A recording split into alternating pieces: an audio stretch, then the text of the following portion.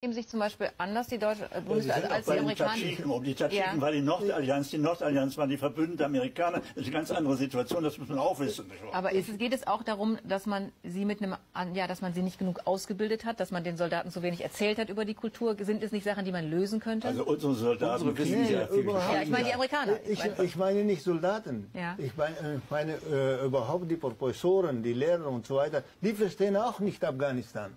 Die sind einfach in Afghanistan unbekannt.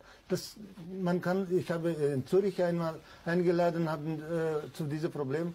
Dann konnte ich nicht das erklären, dass die Afghanistan kann nur Afghanen wieder aufbauen oder entwickeln. Ja. Und dann habe ich nicht anders gefunden, einfach meine ihn kaputt gemacht. Ich habe gesagt, wer kann das wieder gut machen?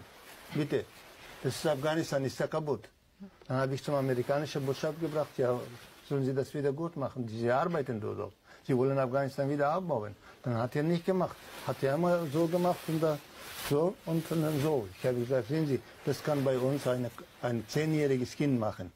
Und Sie machen das nicht. Deswegen können Sie nicht in Afghanistan Wiederaufbau machen oder Afghanistan zwingen zu was. Wir haben eigene Kultur und eigene Sprache und eigene Sitte, verschiedene, die wir sehr heilig nennen. Ja? Und Sie machen das kaputt. Sie machen zu unserem Haus rein.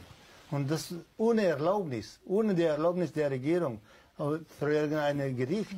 Die kommen rein und die spielen Herren. Wir wollen keine Herren haben. Der Letzte, der das verstanden hat und in diesem Sinne gehandelt hat, war Lawrence von Arabien als ein Nation Builder und ganz bescheidener Art. Er ist natürlich auch gescheitert. Ja, auch gescheitert. Aber der hat den Ansatz von unten versucht, Bescheidenheit, und er wusste, es dauert lange. Wir können jetzt auch lange waren mehr Araber als Engländer. Nicht?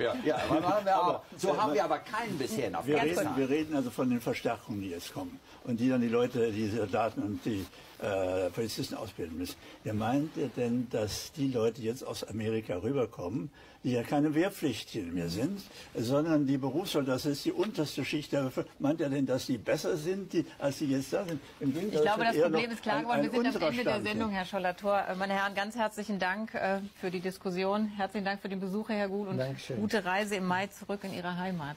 Alles Gute. Ja, alles gut. Ja, meine Zuschauer, liebe Zuschauer, vielen Dank fürs